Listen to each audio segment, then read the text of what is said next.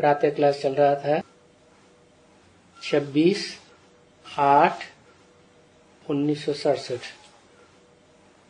शनिवार को तीसरे पेज के लगभग मध्य में बात चल रही थी।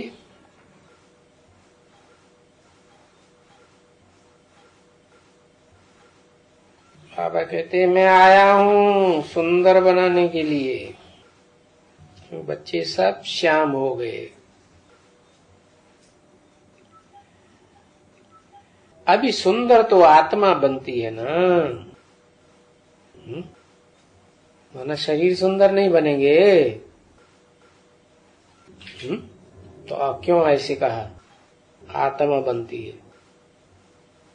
कोई शरीर तो नहीं बनेंगे। वरना अभी की बात बताई 67 की। अभी वो समय नहीं है कि शरीर सुंदर बन जाए। क्या पहले आत्मा सुंदर बने? तो आत्मा आत्मिक स्टेज में रहने वाली बने तभी तो सुंदर कही जाए। बार बार देह भान कूद पड़ता है, अपनी देह याद आती है, देह के संबंधियों की देह याद आती है,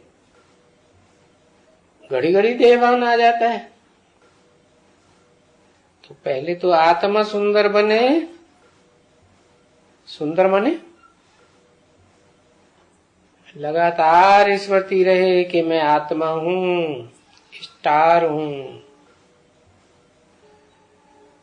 तब कहेंगे कि आत्मा सुंदर बनी तो शरीर भी सुंदर बने। अरे वो झाड़ के बीज होते हैं, उनको भी परिष्कृत किया जाता है ना। कि बीज ही खराब है और वो बो दिया जाएगा?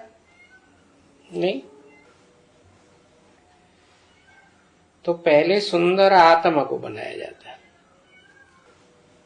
अब आत्मा को प्योर कैसे बनाया जाए सो तो किसको भी पता नहीं है। लो, किसको भी पता नहीं है तो फिर बनेंगे कैसे सुंदर है? उस समय की बात बताई कि आत्मा को सुंदर बनाने की बात किसको भी पता नहीं है। अच्छा, तो फिर उल्टा कर दो। क्या उल्टा कर दो? आत्मा सुंदर बनाने की बात पता नहीं है तो आत्मा पतित कैसे बनी, श्याम कैसे बन गई, काली कैसे बन गई, वो ही बता दो। कैसे बन गई? नहीं, आत्मा काली बनती है। आत्मा काली बनती है काहे से? अज्ञान से, सुनी सुनाई बातों से, मनमत से, मनुष्यों की मत सुनने से, सुनी सुनाई बातों से आत्मा के ऊपर प्रभाव पड़ता है और आत्मा कन्वर्ट होती है तो तामसी बनती है। तो प्योर कैसे बना जाए? अनेकों की बात सुनी, अनेकों की बात से प्रभावित हो गए, उनकी प्रजा बन गए। तो यथा राजा तथा प्रजा। तो अब क्या किया जाए? है एक से सुना जाए। है इस दुनिया में कलयुग में आकर के झूठ खंड है ना, झूठ खंड में सब झूठ बन गए। तो अनेकों से सुना तो ज्ञान भी विविचारी बन जाता है। और जैसे शरीर विविचार में गिरता है तो शरीर भी रोगी बन जाते हैं। सतयुग त्रेता स्वर्ग में तो कोई भी विचार में नहीं जाते थे देवताएं। तो वहां तो देवताओं को एक ही पत्नी होती थी, पत्नी को एक ही पति होता था। राधा की दृष्टि कृष्ण में ही डूबती थी, कृष्ण की दृष्टि राधा में ही डूबती थी।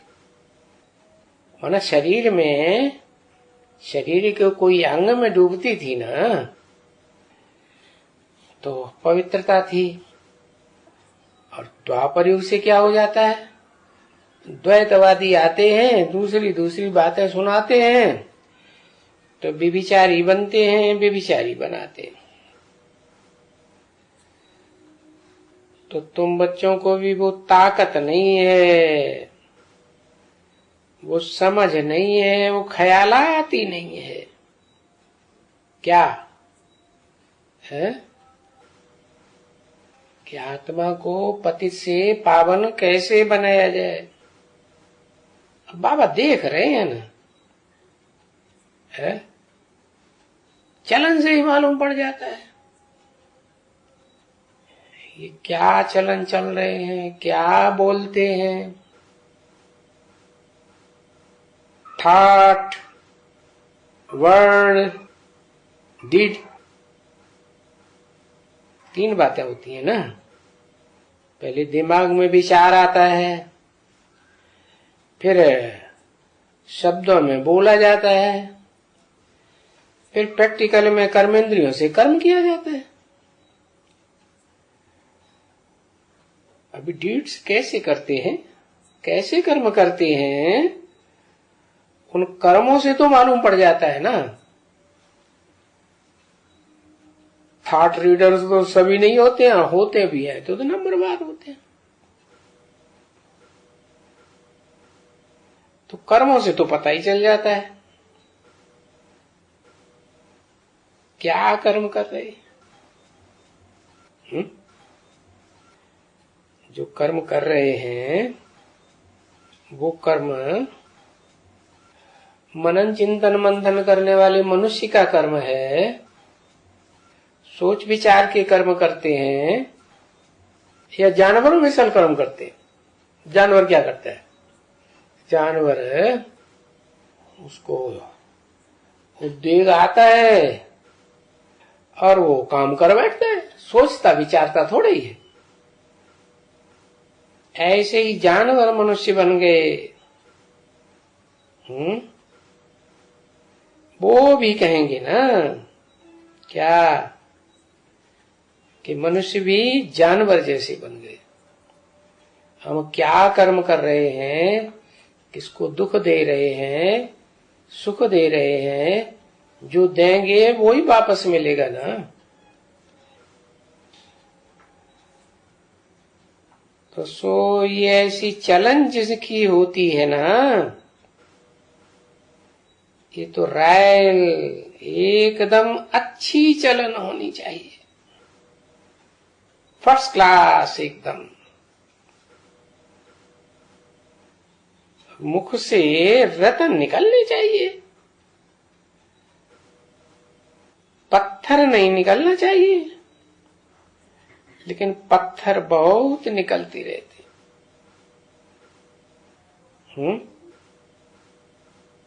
लिया धाड़ से मुंह पे मारा पत्थर। और पीछे अंत में बाबा ने कहा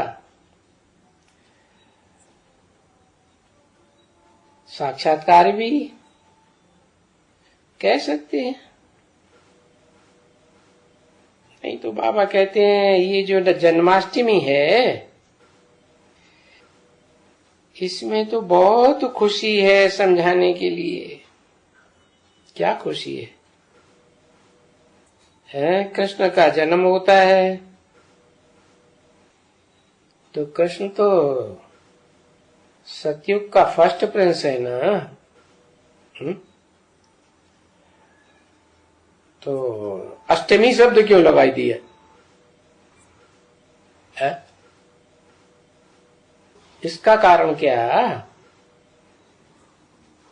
जब सतयुग का फर्स्ट प्रिंस है कृष्ण साकार में, तो जन्माष्टमी क्यों कह देते हैं? इसका कारण क्या है? सतयुग में 7 नारायण पहले होते हैं।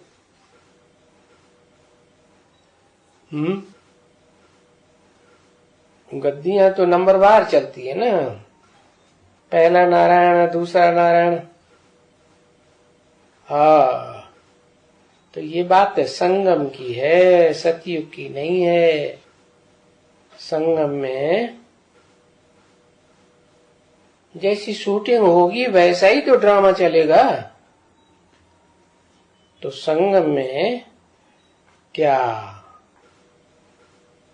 जो बाद वाले 7 नारायण हैं वो बाद में पैदा होते हैं कि पहले पैदा होते हैं? क्यों? अगर बाद में पैदा होते हैं तो फिर सतयुग में भी बाद में पैदा होते हैं तो ठीक है?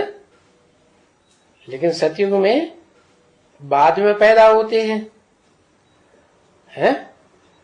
और कृष्ण की जन्माष्टमी अष्टमी मनाए देते हैं। तो कारण क्या हुआ कि जो कृष्ण बच्चा है वो तो पक्का देवता है ना, 16 कला संपूर्ण। और जो बाद वाले नारायण बनते हैं वो 16 कला संपूर्ण बनेंगे क्या? कम कलाओं वाले बनेंगे ना। कुछ न कुछ आसुरियत आ जाएगी ना। भले सत्युग त्रेता में आसुरीपना दिखाई नहीं पड़ता है, मर्ज रहता है आत्मा में, परंतु जब द्वापर युग आता है, द्वैतवादी दूसरे दूसरे धर्म पिताएं सृष्टि पर आते हैं, तो भारतवासी उनसे प्रभावित होंगे या नहीं होंगे? क्यों क्यों प्रभावित होंगे? क्योंकि भारत खंड जो है वो मात्र देश है। क्या भारतवासी तमो प्रधान क्यों बनते हैं?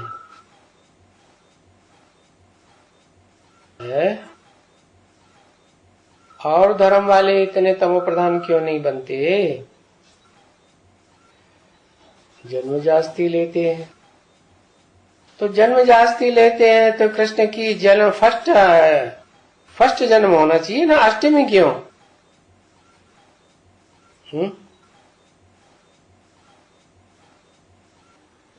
ज्यादा तमो प्रधान बनते हैं तो बुद्धि कैसी बनेगी?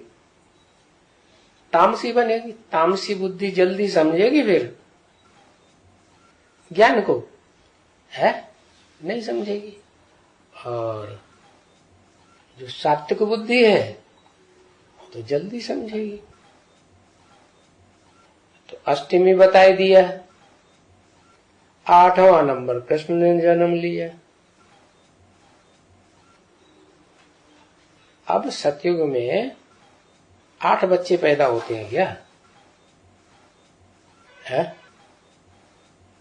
8 बच्चे तो पैदा नहीं होते। एक बच्चा, वो भी एक बच्ची। बच्चा तो एक ही पैदा होता है। कम से कम सतो प्रधान सात्विक स्टेज में तो पहले इस पीढ़ी में एक ही बच्चा, एक ही बच्ची। तो ये जन्माष्टमी क्यों मनाते हैं? उनसे पूछना चाहिए, है? इसलिए मनाते हैं कि वास्तव में पूरे ड्रामा की शूटिंग जो है, रिहर्सल होती है संगम में। और संगम में तमो प्रधान को सतो प्रधान बनाने के लिए भगवान आते हैं, ईश्वर को आना पड़ता है। तो ईश्वर जब आते हैं तो सब तमो प्रधान, उनमें भी कृष्ण वाली आत्मा जो है वो जास्ती तमो प्रधान, और नारायण बनने वाली आत्माओं के मुकाबले या कम तमो प्रधान? जास्ती तमो प्रधान। और नारायण वाली आत्माएं क्या जल्दी समझेंगी? है? अच्छा, और जो कृष्ण को जन्म देने वाला नारायण होगा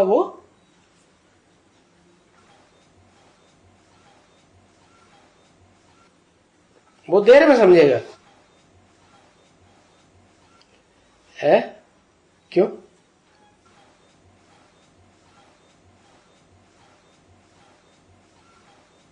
हिसाब ये है कि जो जितना विधर्मी बनता है, विधर्मी आत्मा होती है, वो पहले प्रत्यक्ष होती है।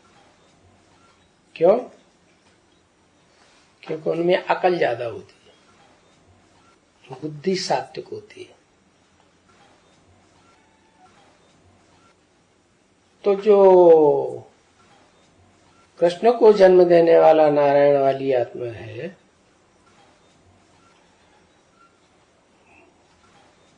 वो और जो गिरती कला के नारायण हैं, उनके मुकाबले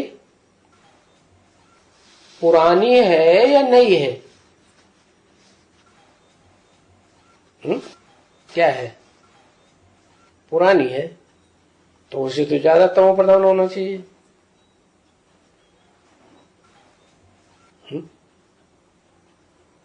जो बाद वाला नारायण वाली आत्मा है, कम जन्म लेने वाली आत्मा है, वो तो बाद में आई, तो सतो प्रधान बुद्धि होनी चाहिए, सात्विक होनी चाहिए, वो पहले समझनी चाहिए।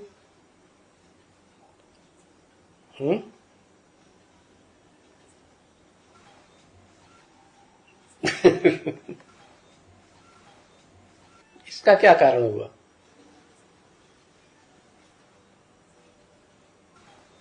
क्योंकि जो फर्स्ट नारायण है ना, उसमें तो डायरेक्ट ईश्वर प्रवेश करता है और मुकर्रर रूप से प्रवेश करता है, जिसे आदम कहते हैं, पहला आदमी। क्यों कहते हैं पहला आदमी? क्योंकि वो ही सबसे पहले समझता है। वो सबसे जास्ती तमो प्रधान बनता है जब भगवान आते हैं, कि सबसे जास्ती सतो प्रधान बनता है, तमो प्रधान बनता है, नीचे गिरा हुआ बनता है। तो पतित काय से बनते हैं? पतित बनने का कारण क्या होता है?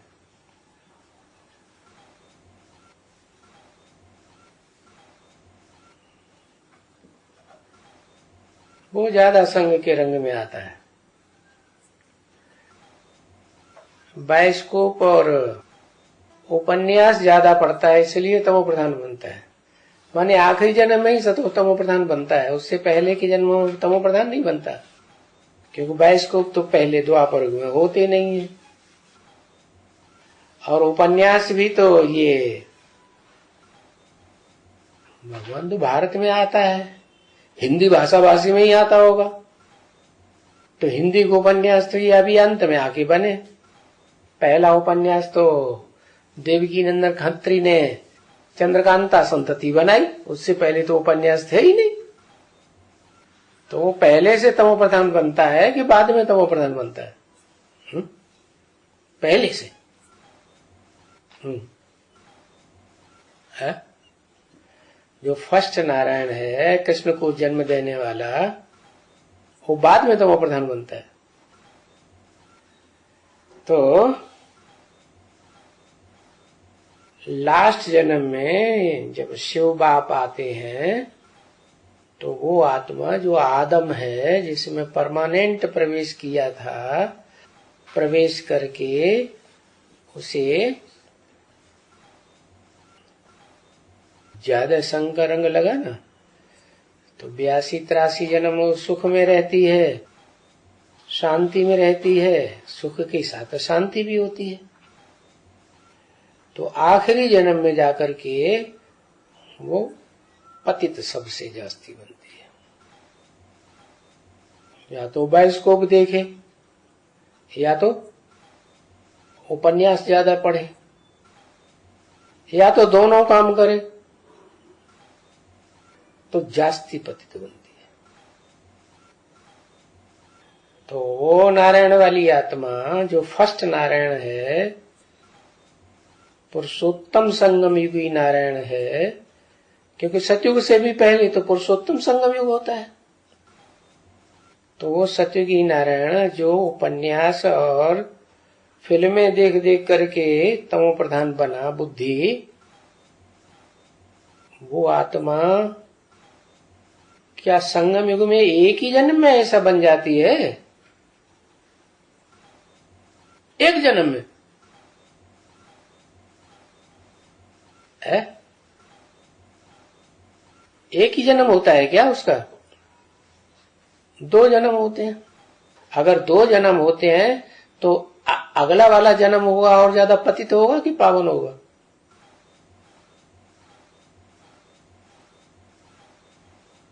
है? अरे कोई जवाब नहीं, बुद्धि नहीं चल रही। अगला जन्म तो और ज्यादा पतित होगा ना, कलयुग में ही जन्म हो रहा है ना। जैसे जैसे दुनिया गिरती जाएगी तो वैसे वैसे नीचे गिरेगा ना कि ऊपर उठेगा। 84 जन्मों में सूर्य नीचे उतरते हैं कि ऊपर चढ़ते हैं? नीचे उतरते हैं। तो जो अगला जन्म होता है उसमें बाइस्कोप तेजी से निकल पड़ते हैं। पहले उतना बाइस्कोप नहीं थे तो ज्यादा पतन होता है, और उपन्यास भी ज्यादा निकल पड़ते हैं। तो पहले जन्म में पतितपना नहीं कहेंगे, है?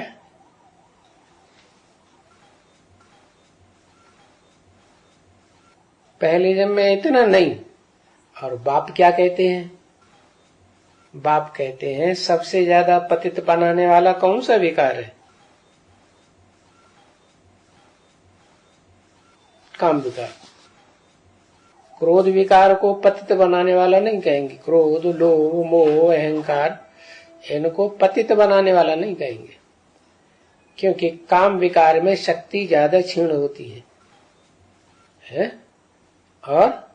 और विकारों में जो देह की शक्ति है वो क्षीण नहीं होती, तो आत्मा भी क्षीण नहीं होती।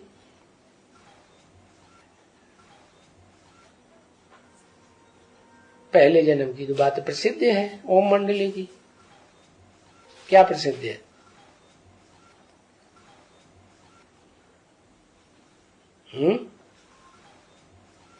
धोबी घाट की बात प्रसिद्ध है।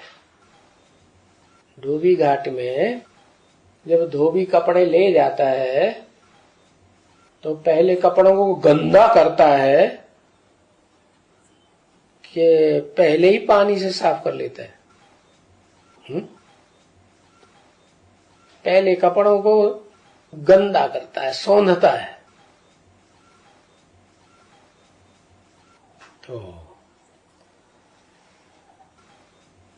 अमेरिका के अखबार में निकल गया कि कलकत्ते का एक जौहरी है, उसका कहना कि 300-400 मिल गई, 16,000 चाहिए। तो पतित हुआ ना काम विकार से। फाउंडेशन ही ऐसा पड़ गया। संगम युग में कैसा फाउंडेशन पड़ा? और फाउंडेशन जैसा होता है आदि में सो अंत तक चल। अब सवाल ये है कि वो आत्मा सतो प्रधान बनेगी या तमो प्रधान बनेगी? नीचे गिरेगी। तो जो फर्स्ट नारायण है वो नीचे गिरेगा, तो जो जन्म है वो कौन से नंबर का कहा जाएगा? फर्स्ट नंबर का, सेकंड नंबर का, 7वें नंबर का कि 8वें नंबर का? है? पता नहीं। अरे हाँ, पता हुआ ना, 9 नारायण है संगम युग के मिला के। संगम युग में तो नर से नारायण डायरेक्ट बनता है, तो नर तो पहले पतित होगा ना, है? तो जो पतित है उसको अंत तक उसका फाउंडेशन ही ऐसा है। यज्ञ की आदि का ही फाउंडेशन है ना। क्या राम फेल हुआ तो आदि में फेल हुआ तो अंत में क्या होगा? फेल ही हो जाएगा। तो भाव क्या है फेल होने का? भाव प्रधान विश्व रचि राखा। कर्म मुख्य नहीं है, कर्म करने में भाव क्या है? दूसरे का नुकसान करने का भाव है या कल्याण करने का भाव है? विनाश करने का भाव है। वो भी ठीक है। दुनिया का विनाश होगा तो दुनिया में शांति हो जाएगी। शांति पहले चाहिए या सुख पहले चाहिए? पहले तो हर आत्मा शांति चाहती। दुखी है ना, बुखार आ रहा है तेज, नस नस में दर्द हो रहा है, उसको रसगुल्ले खिलाओ, वो खाएगा ही नहीं। अरे हमें सुख नहीं चाहिए जीव का, हमें पहले बुखार उतरने दो, हमारी नस नस में दर्द हो रहा है, हमें बहुत बेचैनी है। तो सुख नहीं चाहिए, पहले चाहिए शांति। तो शांति कैसे मिलेगी दुनिया को? शांति तो मिलेगी ही तब जब सारी दुनिया का विनाश हो जाए। सब अशांत है, सारी दुनिया का विनाश होगा तो शांति ही शांति दुनिया में हो जाएगी। कैसे? विनाश कोई आत्मा का तो होता नहीं। विनाश काय का होता है? शरीर का विनाश होता है। तो 2 तरह की आत्माएं हैं। एक तो वो आत्माएं हैं जो सजा खा जाती है और सजा खा के पावन बनती है। वो ढेर की ढेर है। नीच किस्म के ज्यादा होते हैं या ऊंच किस्म के ज्यादा होते हैं दुनिया में? नीच किस्म के ज्यादा होते हैं। तो वो पतित आत्माएं सजा खाती है तो पाप कर्म करती है। भगवान भले आता है, राजयोग सिखाता है, राजयोग सिखा करके बताता है कि तुम किसके साथ संग करोगे, किसके मुख से वाणी सुनोगे, है वो एक को पहचानोगे तो तुम्हारी आत्मा पति से पावन बनेगी ज्ञान से। नहीं तो अनेकों से बुद्धि योग लगा रहेगा तो आत्मा तो पतित बनेगी। व्यभिचार से नीचे गिरते हैं, अव्यभिचार से ऊपर उठते हैं। तो बताया, मंत्र बता दिया। क्या? एक शिव बाबा, दूसरा को सुनना है तो एक से सुनो, बात करना है तो एक से करो, संग करना है कर्मेंद्रियों से ज्ञानेंद्रियों से तो एक का संग करो। तो बताया कि वो एक को पहचानने वाली बात के लिए तो ज्ञान चाहिए और ज्ञान से आत्मा पवित्र बनती है। शरीर तो नहीं पवित्र बनेगा। तो शरीर पवित्र बनने के लिए क्या चाहिए? शरीर की पवित्रता कैसे होगी? कैसे होगी? शरीर से ही तो शरीर पवित्र बनेगा। लोहे से लोहा काटा जाता है, विष से विष मारा जाता है। तो शरीर को पावन बनाने के लिए क्या चाहिए? देहधारी चाहिए या नहीं चाहिए? द्वापर युग से पतित बने तो जो पतित आत्माएं, दूसरे कम कला वाली आत्माएं इस सृष्टि पर आई, धर्म पिता हैं, उनके संग के रंग से भारतवासी नीचे गिरे ना। तो ऐसे ही है कि जो 8वां नंबर कृष्ण बात आती है, वो तो दादा लेखराज के लिए है, जो सतयुग में कृष्ण के रूप में पैदा होता है। लेकिन उसको भी जन्म देने वाला जो नारायण है, वो तो संगम युग में है। वो कोई पावन से जन्म तो लेता नहीं शरीर का, उसका तो शरीर का जन्म तो पतित से होता है ना। तो आत्मा और शरीर दोनों पावन बने, उसके लिए ज्यादा योग चाहिए या कम योग चाहिए? है लगन, योग माने लगन, लगाव, अटैचमेंट। अटैचमेंट ज्यादा चाहिए एक के साथ या कम चाहिए? ज्यादा अटैचमेंट चाहिए, और वो भी एक के साथ। लेकिन तन तो पतित है और अंत तक पतित होता रहेगा। क्यों? क्योंकि जो डूबा हुआ होता है उसको निकालने वाला नीचे जाएगा या नहीं जाएगा? नीचे जाएगा। तो सारी दुनिया डूब रही है विकारों में, 500 करोड़ भी आत्मा भी डूबेगी। तो जब डूबेगी, डूबेगी, तो उसको निकालने के लिए कोई को तो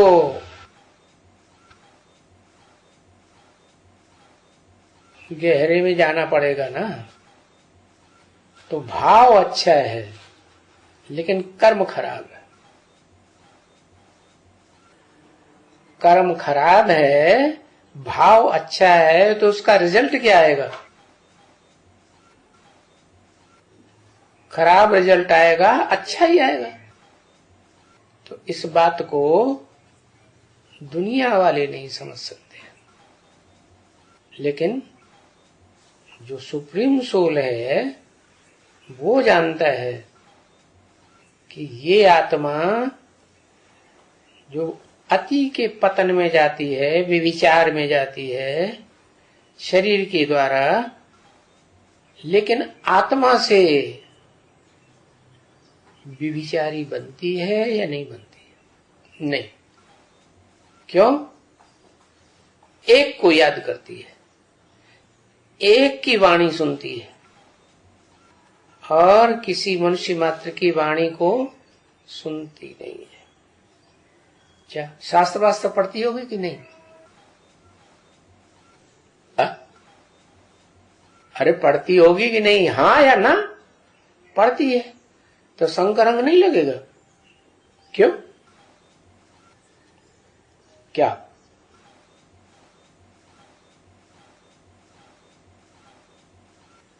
है?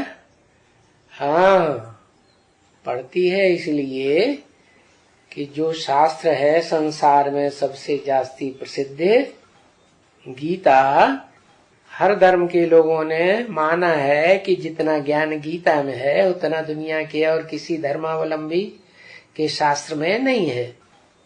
तो गीता का प्रभाव ज्यादा है संसार में, और गीता के आधार पर अगर ये साबित कर दिया जाए कि गीता का भगवान निराकार है, कोई साकार कृष्ण नहीं है, तो सारी दुनिया गीता को मानेगी। लेकिन गलती से मनुष्यों ने क्या कर दिया? जैसे ब्रह्मा कुमारियों ने क्या कर दिया? गीता का भगवान दादा लेखराज कृष्ण को मान लिया, है ना। और यज्ञ के आदि की बात को छुपा दिया। क्या कि दादा लेखराज को भी ज्ञान देने वाला कौन था, जो उनको ये निश्चय बैठ गया कि मैं कृष्ण की आत्मा हूं और मेरे साक्षात्कारों का यही अर्थ है कि मुझे इस जन्म में सारे संसार के सामने वो दाढ़ी मूंछ वाले ब्रह्मा का पार्ट बजाना है और सारा संसार मुझे ब्रह्मा के रूप में जानेगा। लेकिन असली ब्रह्मा जो है वो गुप्त कर दिया, उसकी लाश भी गुम कर दी। तो शास्त्रों में दिखाया है कि जो असली ब्रह्मा है ऊर्ध्वमुखी, उसका सर काट दिया, और जो 4 ब्रह्मा है वो रह गए, 4 मुख। तो वो चारों मुख कौन कौन से हैं? वो तो जो बच्चे ईश्वर की वाणी ब्रह्मा के मुख से सुनते हैं, वो जानते ही हैं कि यज्ञ के आदि में 2 माताएं थी, जिन 2 माताओं ने दादा लेखराज ब्रह्मा और राधे सरस्वती को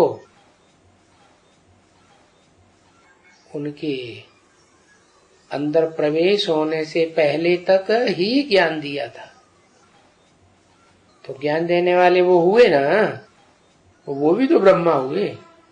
क्योंकि शिव बाबा तो कहते हैं मैं जिस तन में भी प्रवेश करके ज्ञान सुनाता हूँ उसका नाम ब्रह्मा रखता हूँ। तो 2 आदि की वो माताएं और अंत में ये दादा लेखराज ब्रह्मा और ओम राधे सरस्वती, ये 4 आत्माएं जो है वो ब्रह्मा के रूप में पार्ट बजाने वाली है। तो ये 4 आत्माएं जो हैं वो ऊर्ध्वमुखी रहती हैं या नीचे जाती है? एक है ऊर्ध्वमुखी भी है, लेकिन चोला कैसा है? स्त्री चोला है। ज्यादा प्रभाव में स्त्री आती है, कन्याएं माताएं ज्यादा प्रभाव में प्रभावित होती हैं या पुरुष ज्यादा प्रभावित होते हैं? तो वो जो राम वाली आत्मा है वो तो प्रभावित नहीं होती, वो एक की वाणी को पकड़ती है। ब्रह्मा के मुख से जो वाणी चलाने वाली आत्मा है उसको पहचान लेती कि वाणी चलाने वाली आत्मा दूसरी है, और जिसके तन से मुख से बोला जा रहा है वो मुख वाली आत्मा दूसरी है। उसके कान सुनते तो हैं और सुनाते भी बहुत हैं। सुनने सुनाने का काम सबसे जास्ती कौन सी आत्मा करती है? दादा लेखराज ब्रह्मा वाली आत्मा। इसलिए शास्त्रों में उनका नाम ही कर्ण दे दिया। क्या? कर्ण माने कान, बड़े बड़े कान। और दूसरे धर्मों में भी जो खेल दिखाते हैं ना, तो उन खेलों में जो हीरो पार्टधारी का सबसे गहरा साथी होता है उसको भी बड़े बड़े कान दिखाए जाते हैं। तो है ये कहाँ की यादगार शास्त्रों में? यहाँ की यादगार कि वो आत्मा सुनने सुनाने में तो सबसे ज्यादा एक्सपर्ट है, लेकिन समझ नहीं सकती, बच्चा बुद्धि जैसी है क्या? और बच्चे तो बड़े चंचल होते हैं। चंचलता बच्चों में ज्यादा होती है कि बड़ों में ज्यादा होती है? बूढ़े में ज्यादा होती है। चंचलता बच्चों में बहुत होती है। तो वो मन के रूप में पार्ट बजाने वाली ऐसी आत्मा है जिसे चंद्रमा कहा जा सकता है। दुनिया में जितने भी ग्रह नक्षत्र है ना, उनमें सबसे ज्यादा दौड़ने वाला कौन सा है?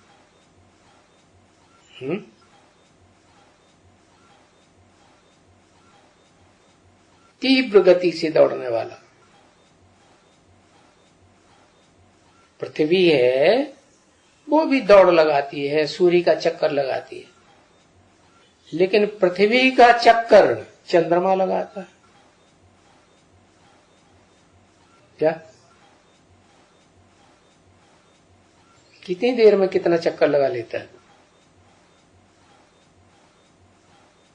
पृथ्वी का?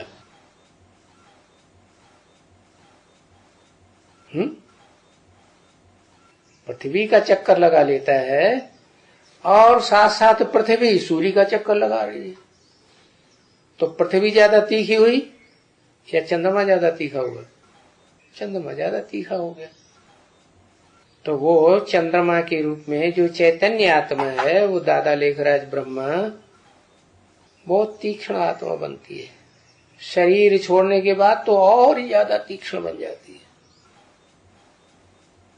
दूसरे धर्म वाले उसे जबराइल कहते हैं। क्या? जो फरिश्ते हैं उन फरिश्तों में सबसे तीखा फरिश्ता।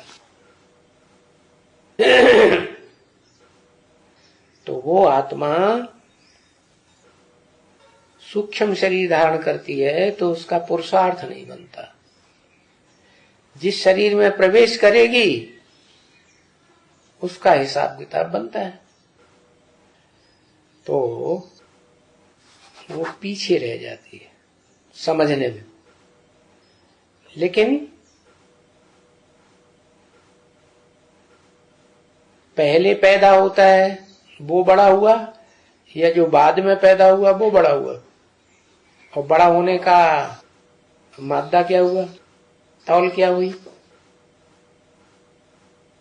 जो पहले प्रत्यक्षता रूपी जन्म ले वो बड़ा, और जो बाद में प्रत्यक्ष हो वो छोटा। तो बताया कि लक्ष्मी नारायण का जन्म कब हुआ, तो कहते हैं 76 में हुआ। इन लक्ष्मी नारायण का संगम युगी का जन्म तो 76 में हुआ। फिर सतयुग में जो नारायण होगा पहली गद्दी का, वो बाद में हुआ ना है। और शूटिंग में भी फिर क्या होगा, बाद में ही होगा ना। तो जो बच्चा बुद्धि है उसे समझने में टाइम लग जाता है। वो जो बाप वाली आत्मा है, मनुष्य सृष्टि का बाप राम बाप को कहा जाता है, वो तो ब्रह्मा के मुख से जब शिव बाप वाणी चलाते हैं, जिसे वेद वाणी कहते हैं, गीता ज्ञान कहते हैं, वो गीता ज्ञान को जल्दी समझ लेती है। क्यों? वो तो ज्यादा पतित बनती है, तो जल्दी क्यों समझती है?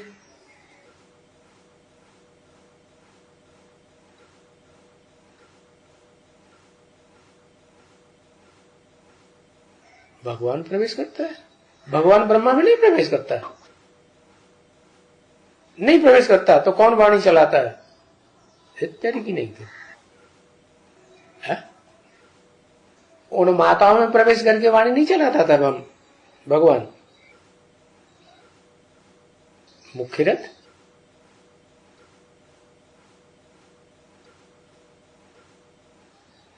हाँ, परमानेंट रथ नहीं कहेंगे दूसरे। जो ब्रह्मा के 4 मुख दिखाए जाते हैं वो परमानेंट नहीं है, और मुकर्रर रथ वो है जो आदि में भी था, मध्य में भी होता है 76 से, और फिर अंत तक भी प्रत्यक्ष रहता है। तो उसका कारण क्या है? वो परमानेंट क्यों और बाकी मुख परमानेंट क्यों नहीं? वो टेम्परेरी क्यों? अरे भाई है, कारण क्या हुआ? हाँ, 5-4 वर्ष में पूरा चक्कर लगाया है, तो चक्कर लगाया है तो क्या हुआ? ब्रह्मा की आत्मा भी तो पूरा चक्कर लगाती है। 50 साल भले कम हो जाते हैं, लेकिन सूक्ष्म शरीर से तो चक्कर लगाती है। मुख्य सूक्ष्म शरीर है या स्थूल शरीर है? स्थूल शरीर मुख्य है, सूक्ष्म शरीर मुख्य नहीं है। जब व्यक्ति शरीर छोड़ता है, 84 जन्मों में 84 शरीर धारण किए ना, तो स्थूल शरीर तो खत्म हो जाता है। कौन सा रह जाता है? सूक्ष्म शरीर रह जाता है ना। सूक्ष्म शरीर ही तो, सूक्ष्म शरीर से वो जाकर के आत्मा प्रवेश कर जाती है सूक्ष्म शरीर के साथ। जो ज्ञान इंद्रियां हैं वो साथ जाती है ना, बुद्धि मन ये साथ जाता है ना। तो सूक्ष्म मुख्य हुआ ज्यादा पावरफुल हुआ या स्थूल ज्यादा पावरफुल हुआ है? सूक्ष्म ज्यादा पावरफुल हुआ ना। तो फिर सूक्ष्म को महत्व क्यों नहीं दिया जाए, स्थूल को क्यों दिया जाए? क्योंकि सूक्ष्म शरीर वही आत्माएं धारण करती है जिन्होंने पाप ज्यादा किए, भटकती रहती हैं सूक्ष्म शरीर धारण करने के बाद। पुरुषार्थ उनका नहीं बनता, पुरुषार्थ सिर्फ स्थूल शरीर से ही बनता है। तो ब्रह्मा बाबा का पुरुषार्थ बेसिक ज्ञान का बना, बच्चा बुद्धि का, तो सतयुग में जाके बच्चा बुद्धि के रूप में जन्म लेते हैं। और जो आत्माएं समझदार हैं उसका कारण ये है कि वो आत्माएं भले 84 जन्म लेती तो हैं, लेकिन ज्यादा पाप कर्म नहीं करती है, सूक्ष्म शरीर धारण नहीं करती है, भूत प्रेत नहीं बनती है। क्या भूत प्रेत बनने वाली जो आत्माएं हैं वो भटकती रहती हैं, और उनमें 2 प्रकार की होती है। एक तो अच्छी सोल भी होती है और एक दूसरों को तंग करने वाली ईविल सोल भी होती है। तो जो अच्छी सोल है वो है ज्ञान चंद्रमा से बिल्कुल कनेक्टेड, अच्छी चंद्रवंशी पक्की आत्मा है, वो सात्विक होती है। और जो ईश्वर की वाणी को, ब्रह्मा मुख से चलाई गई वाणी को गहराई से जल्दी समझ लेते हैं, उसका कारण ये है कि उन्होंने संगम युग में ज्यादा ज्ञान सुना है और समझा है। तो जो ज्यादा सुनेगा, ज्यादा समझेगा, तो उसमें पाप कर्म करने के संस्कार ज्यादा आएंगे या कम आएंगे? ज्यादा आएंगे। जो ज्यादा ज्ञान सुनेगा, ज्यादा समझेगा, तो उसमें पाप करने के संस्कार ज्यादा आएंगे या कम आएंगे? कम आएंगे ना। तो वो आत्माएं और आत्माओं के मुकाबले कम पाप करती हैं। उनमें भी नंबरवार है। उनमें जो अव्वल नंबर है एक, वो है जिसे कहा जाता है महारुद्र। रुद्र माने रौद्र रूप धारण करने वाला। कैसा रौद्र रूप धारण करने वाला? सारे संसार का विनाश करा देता है। जो बोला मैं ऐसे के द्वारा विनाश कराता हूं जिस पर कोई पाप ही न लगे। तो यहां पाप नहीं लगेगा शूटिंग पीरियड में, तो वहां 84 जन्मों में पापी बनेगा नहीं। तो वो आत्मा 82-83 जन्म तक पाप न करने के कारण शांति की स्टेज में रहती है, और उसका मुख्य जो प्राप्ति है वो शांति की स्टेज की है। शांति देवा कहा जाता है। एक हुआ सुख देवा और एक हुआ शांति देवा। शास्त्रों में कथा आती है ना, सुखदेव कौन? सुखदेव बच्चा हुआ किसका? व्यास का। तो व्यास कौन सी आत्मा? वे माने विशेष रूप से, आस माने बैठ जाए। किस काम के लिए बैठ जाए? है? हाँ, नहीं लिखती नहीं है। मनन चिंतन मंथन करने के लिए बैठ जाए। क्या वो शास्त्र है, उसकी बुद्धि में शासन करने का विधान आता है। किसके द्वारा आता है? निराकार शिव के द्वारा। तो सबसे उच्च शासन करने का विधान जो शिव ईश्वर बताता है, जिसे अल्लाह मियां दूसरे लोग कहते हैं, खुदा कहते हैं, वो खुद आकर के उसमें प्रवेश करके बताता है। तो कारण ये है उसमें प्रवेश करने का परमानेंटली कि जन्म जन्मांतर उसने पाप कर्म औरों के मुकाबले कम किए हैं। किस जन्म में किए हैं? अंतिम जन्म में जाकर। बाकी क्या हिंसा नहीं की? पूर्व जन्मों में जब राजा बनते हैं तो हिंसा नहीं करते हैं? हिंसा तो करते हैं, लेकिन तब हिंसा करते हैं जब कोई दूसरा आक्रमण करता है। अपनी तरफ से आक्रमण नहीं करेंगे। माने जैसे विदेशी आक्रांताएं आए, अपना राज्य बढ़ाने के लिए उन्होंने दूसरे देशों के, दूसरे राज्यों के ऊपर शासन किया, आक्रमण किए। ऐसे नहीं, तुम अपने राज्य में सुखी रहो, हम अपने राज्य में सुखी रहें। शांति से रहें, एक दूसरे के ऊपर आक्रमण नहीं। तो ये जो हिंसा वाली बात है वो आगे कदम कौन बढ़ाता है, विदेशी, विधर्मी या स्वधर्मी? इसलिए भारत की आज भी परंपरा है क्या, अपनी तरफ से आक्रमण नहीं करेंगे, बाकी अगर कोई शरण में आ जाएगा तो उसकी सुरक्षा भी करेंगे। हाँ, कोई आक्रमण करेगा तो उसका मुंह तोड़ जवाब भी देंगे। ऐसे नहीं कि विधर्मी बौद्धियों की तरह हाथ ऊपर उठाए दिए, हमारे बीवी बाल बच्चों को भले तुम ले जाओ, दास दासी बनाओ, हम अहिंसक रहेंगे। वार्य हिंसा, जो तुम्हारे अधीन हुए पड़े हैं, आश्रित हुए पड़े हैं, उनकी तुम सुरक्षा नहीं कर सके तो तुम विश्व की क्या सुरक्षा करोगे? तुम क्या हिंसा से बचाओगे? है? तुम खुद ही भिखमंगे बन गए, तुम्हारे बाल बच्चे दास दासी बन गए। तो बताया, अब समझ में आया कि जन्माष्टमी क्यों कहते हैं? क्योंकि ये असुरी आत्माएं जो हैं, बुद्धियोग की तीखी होती हैं, ये जल्दी ज्ञान को कैच कर लेती है। इसलिए बताया विदेशी बाप को जल्दी पहचानते हैं क्या? और जो जल्दी पहचानते हैं तो जल्दी पावन भी बन जाते हैं, लेकिन ज्ञान उतना नहीं सुनते हैं। अपनी स्टेज में तो पावन बन जाएंगे, ज्ञान तो गहराई से सुना नहीं, शुरुआत से ध्यान नहीं दिया, तो वो आत्माएं जो है जल्दी प्रत्यक्ष हो जाती है। कौन? आसुरी। इसलिए कहते हैं शास्त्रों में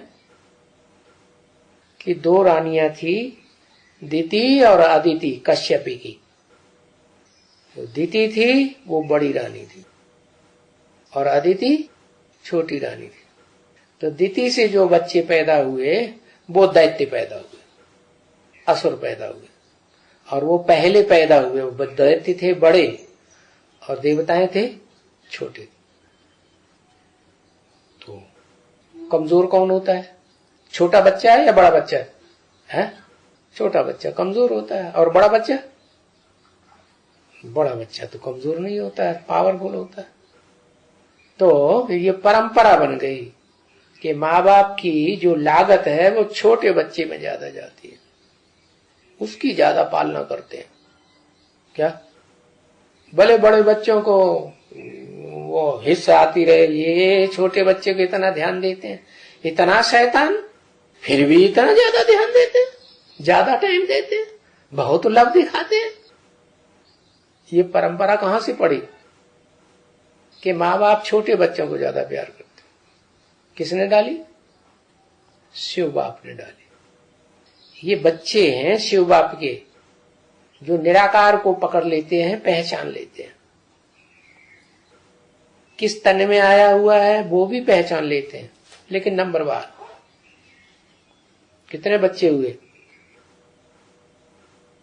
उस निराकार के, आत्मा के, जो आत्मा है, आत्मिक स्टेज वाले पक्के बच्चे कितने हैं?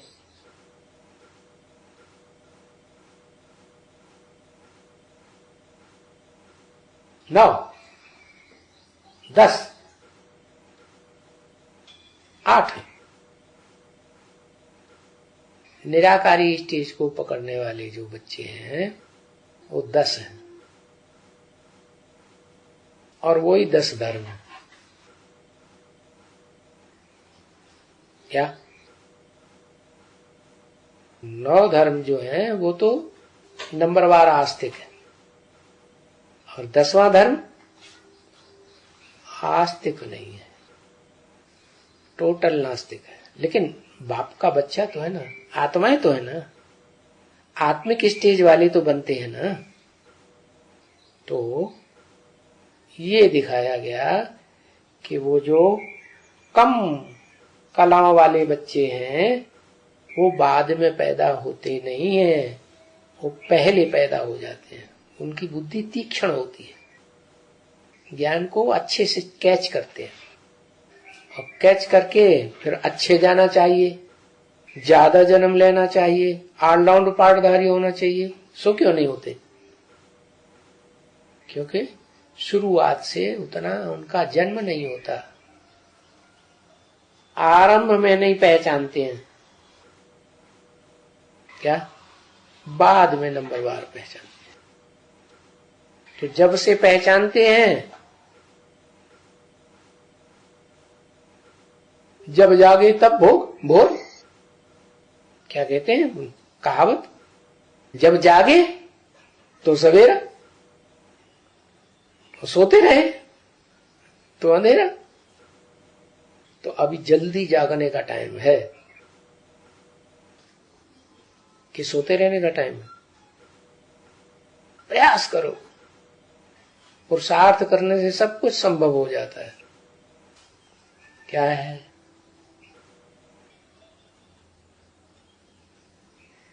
कैसे निद्रा जीत बने? है हिम्मत है बच्चे तो मदद है बाप। हिम्मत करेंगे तो मदद मिलेगी, हिम्मत ही नहीं करेंगे तो जो आसुरी आत्माएं हैं वो आक्रमण करती रहेंगी। बीज तो कमजोर हो जाते हैं, देवभान की मिट्टी में मिल जाते हैं।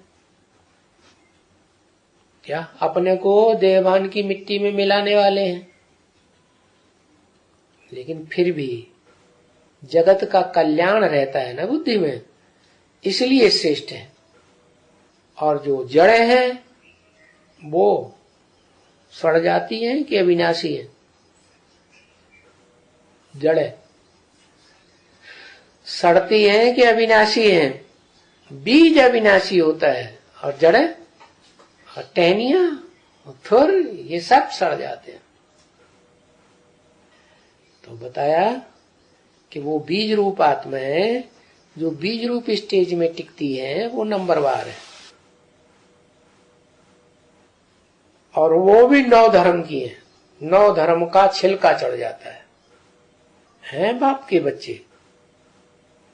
ओरिजिनली तो छिलका उतार दिया जाए तो सब सूर्यवंशी, लेकिन दूसरे धर्मों का देहभान का छिलका चढ़ा हुआ है संग का रंग का, इसलिए वो अलग अलग धर्मों के साबित हो जाते हैं। और वैसा ही फिर संगम युग में पाठ हो जाते हैं। तो वो नंबरवार प्रत्यक्ष होते हैं, कोई पहले और कोई बाद में। तो जो नर से नारायण बनने वाला है वो तो बता दिया 76 में है बाप का प्रत्यक्षता वर्ष। तो वो मनुष्य सृष्टि की बाप वाली आत्मा वो आदि नारायण का पाठ बजाने वाली है, लेकिन वो अंत में प्रत्यक्ष होती है संसार के सामने। क्या? पहले प्रत्यक्ष नहीं होती, छुपा रुस्तम बाद में। और जो नंबरवार आसुरी प्रकृति के हैं वो अपने को पहले प्रत्यक्ष करते हैं। क्या? बाप को गुप्त रहने देते। अब ये सारी दुनिया ज्ञान चंद्रमा को पसंद करती है। क्या? सूर्य की तपत को कोई पसंद नहीं करता। करता है? सूर्य के नजदीक कोई जाना चाहता है? कोई नहीं जाना चाहता, सब घबराते हैं। इसलिए बोला राम सीता को खादी का राजा रानी कहेंगे। खादी क्या करती है? खादी सर्दियों के मौसम में, सत्युग त्रेता ठंडी का मौसम है ना, दिमाग ठंडा रहता है देवताओं का, बहुत सुखदायी। और द्वापर कलयुग में भी बहुत सुखदायी। क्या? द्वापर कलयुग गर्मी का मौसम है, तो गर्मी के मौसम में भी बहुत ठंडक देती है। बस एक मौसम है बरसात का मौसम। ज्ञान बरसात जिस मौसम में होती है संगम में, वो सूर्यवंशी राम वाली आत्मा, जिसे सूर्यवंशी कहा जाता है, रघुकुल वंशी, रघु माने सूर्य। तो बहुत दुखदाई। कैसे? भीग जाती है। जब भीग जाती है खादी तो चिपक जाती है शरीर से। क्या? जो भी देहभान वाले होंगे ना, उनको अच्छी तरह से चिपकेगी। बहुत तंग करती है। क्या? और गंदी भी बड़ी जल्दी होती है। वो गंदे कब, कौन से मौसम में? बरसात। तो ये बताया। लेकिन बाद में क्यों प्रत्यक्ष होती है? अष्टमी क्यों मनाते हैं?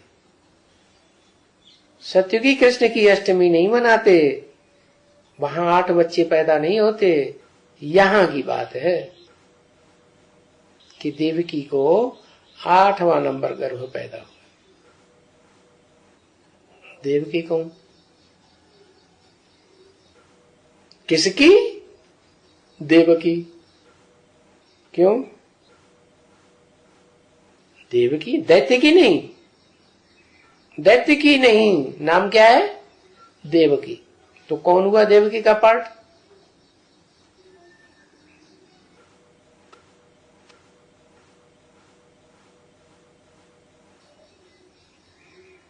देवकी से जब 8 बच्चे पैदा हुए तो कहां थी? कहां थी? जेल में थी। तो ये बंधन है सूक्ष्म शरीर का। क्या? इस सूक्ष्म शरीर के बंधन से मुक्त नहीं हो सकती। क्या? 8 बच्चे पहले प्रत्यक्ष होते हैं। 8वां नंबर जब कृष्ण पैदा होता है तो वो कंस को मारता है। क्या? कंस के लिए क्या बताया मुरली में? कंस है कन्याओं को कोसने वाला। अब राम वाली आत्मा कोसने वाली है या कृष्ण वाली आत्मा कोसने वाली है? कन्याओं रूपी गैयों को कोस कौन करता है? कृष्ण वाली आत्मा। कैसे? पतित राम वाली आत्मा ज्यादा होती है, हैं? कृष्ण को कंस कहा है। कृष्ण वाली आत्मा जब पतित बनती है, तमो प्रधान बनती है, तो कंस बन जाती है। किस रूप में? स्थूल शरीर से या सूक्ष्म शरीर से? सूक्ष्म शरीर से। क्योंकि सूक्ष्म शरीर जितने भी होते हैं ना, उनको बुद्धि में समझ में आ जाता है। क्या? कि पतित कैसे बनते हैं और पावन कैसे बनते हैं। सूक्ष्म बुद्धि तीखी हो जाती ना। तो जब साकार शरीर था तब तक तो वो दूरबाज खुशबाज रहे। कैसा पार्ट बजाया? प्रैक्टिकल में पतित बने क्या? नहीं बने। और जो सूक्ष्म शरीर धारण किया तो पता चला क्या? कि संग के रंग से पावन बनते हैं। तो संग के रंग से जब पावन बनते हैं ये पता चला, और स्थूल शरीर तो है नहीं, तो क्या करेंगे? सूक्ष्म शरीर से प्रवेश करके वो कार्य करते हैं। इसीलिए बोला कंस कैसे कहा जाता है? जब कृष्ण वाली आत्मा तमो प्रधान बनती है तब कंस बन जाती है, और राम क्या बन जाता है? रावण बन जाता है। क्यों? क्योंकि खादी के राजा रानी है। बहुत दुखदाई हो जाते हैं संग में। ओम शांति। तो जन्माष्टमी ऊपर कितना समझाया जा सकता है, कितनी खुशी होनी चाहिए। बिल्कुल क्लियर है समझानी कि वो सांवरा और श्याम कैसे बनता है, सुंदर कैसे बनता है। कैसे बनता है? सत्युगी कृष्ण की बात नहीं है, संगमयुगी कृष्ण की बात है। क्या? सांवरा माने जब तक पुरुषार्थी शरीर है तब तक सांवरा, और जब संपन्न शरीर हो जाता है, पुरुषार्थ भी संपन्न हो जाता है, आत्मा भी संपन्न हो जाती है, तो गोरख।